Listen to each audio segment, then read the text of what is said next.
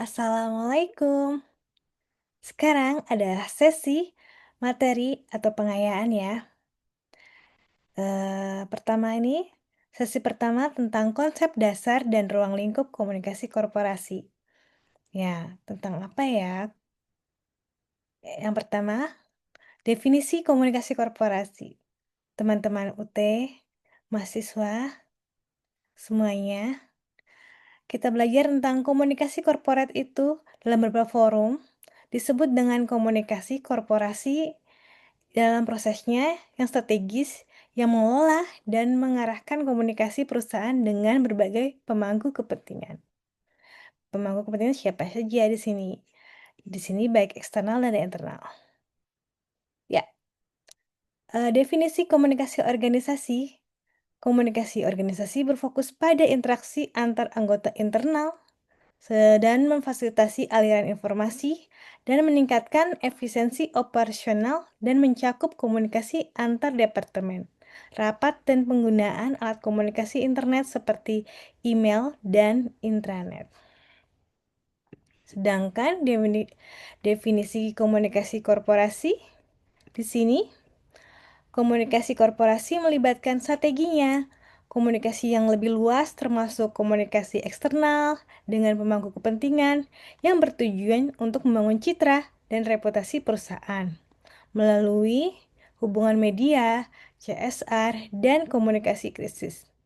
Perbedaannya adalah yang pertama, komunikasi organisasi berfokus pada interaksi antar anggota internal, sedangkan definisi komunikasi korporasi melibatkan strategi komunikasinya dan berdampaknya lebih luas. Selanjutnya, fungsi strategis komunikasinya.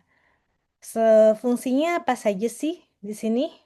Peran komunikasi dalam perusahaan menurut Argentin dan Cornelissen yang mendukung pengambilan keputusan manajemen, dan yang kedua membangun dan menjaga reputasi di perusahaan, dan yang ketiga meningkatkan keterlibatan karyawan, yang keempat menjalin hubungan dengan pemangku kepentingan.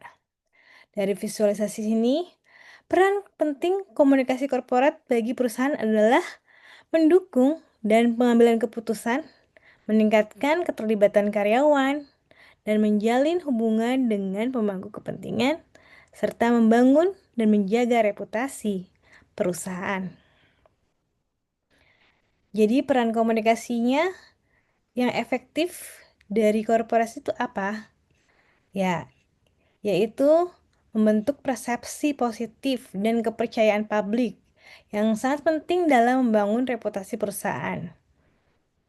Komunikasi yang efektif itu membangun kepercayaan dan reputasi perusahaannya dari persepsi positif, dari kepercayaan publik menjadi reputasi perusahaan dan reputasi perusahaan. Di sini dilibatkan dari karyawannya, dari pemangku kepentingan pejabatnya, dan sebagainya.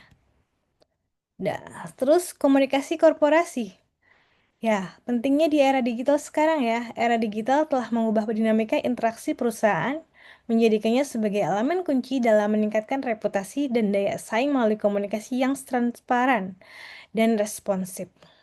Menurut Argenti dan Cornelissen, pentingnya komunikasi korporasi di era digital itu adalah lain transparansi, responsif, strategis, membangun reputasi dan daya saing. Perubahan era digital tentang media sosial, dari informasi real time dan ekspektasi publik, dari kepercayaan publik, komunikasi digital yang membentuk reputasi dengan citra dan reputasi, keterlibatan stakeholder, dari keunggulan kompetitifnya, menghasilkan reputasi dengan daya saing dengan tuntutan komunikasi transparan, responsif, interaktif, terintegrasi. Jadi, dari awal kita melihat komunikasi korporasi ini perlu dengan penting, dengan transparansinya, dengan responsifnya, strategisnya, baik manajemen internal dan eksternalnya untuk membangun reputasi daya saing. Selanjutnya, dari ruang lingkupnya. Ruang lingkup komunikasi korporasi mencakup berbagai aspek penting yang mendukung keberhasilan perusahaan dalam berkomunikasi. Menurut Cornelissen, ruang lingkup komunikasi korporasi itu mencakup berbagai aspek komunikasi yang internal dan eksternal yang dikelola secara strategis untuk mendukung efektivitas komunikasi dan keberhasilan organisasi. Ya, internal communication, internal outreach, marketing, media relation, crisis communication, CSR. Ini semua adalah bagian dari komunikasi korporasi. Nah, selanjutnya posisi komunikasi korporasi apa saja ya? Komunikasi perannya utama dalam manajemen menurut Cornelissen dan Argenti. Fungsinya itu mendukung strategis dan manajemen, koordinasi lintas, departemen, pengelola citra dan reputasi, penghubung perusahaan dan publik. Jadi posisi komunikasi korporat itu menghubungkan semua divisi nih, fungsi pendukung strategis manajemennya, mengelola citra dan reputasi, fungsi mendukung strategis manajemen, koordinasi lintas departemen, dan menghubung perusahaan dan publik. Jadi penting nggak komunikasi korporasi strategisnya? Sangat penting kan untuk koordinasi lintas departemen dan menghubungkan perusahaan dan publik. Selanjutnya, ya, sekarang sesi studi kasus. Dari contoh keberhasilan perusahaan teknologi di Indonesia yang membangun reputasi melalui strategi komunikasi korporasi yang efektif dan terintegrasi. Keberhasilan Telkomsel contohnya dalam komunikasi korporasi di sini. Telkomsel berhasil membangun reputasi positif di Indonesia dengan strateginya, komunikasi yang terintegrasi, transparan, dan responsif. Hubungan media, komunikasi digital, tentang press release, dan artikelnya, konferensi dan eventnya, aktivitas media sosialnya, dan tanggung jawab sosial dari CSR, program liberasi digital, pendidikan dari UMKM, pengembangan masyarakat di sini, dan dampak strategisnya. Dampak strategisnya tentang reputasi sebagai perusahaan, telekomunikasi inovatif, dan kepercayaan publik melalui komunikasi terbuka. Citra positif sebagai perusahaan, bertanggung jawab, dan visi misinya dengan transformasi digital, dengan inovasi teknologi dan layanannya, edukasinya, transformasi digital, dan branding kampanyenya. Ya, kita juga tahu ya, Telkomsel ini sangat kuat brandingnya. Dan dia bukan hanya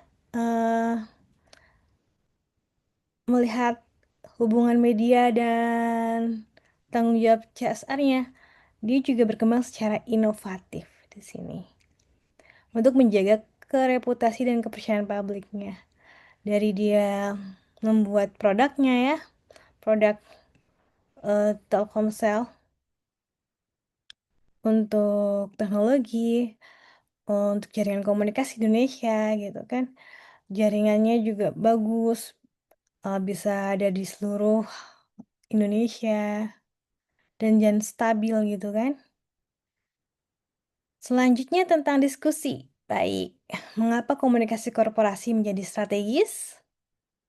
Ini kita bisa bahas di forum diskusi di bawah ini. Dan selanjutnya capaian pembelajaran.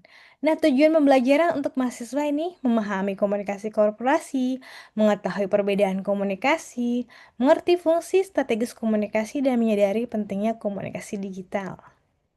Dan terima kasih.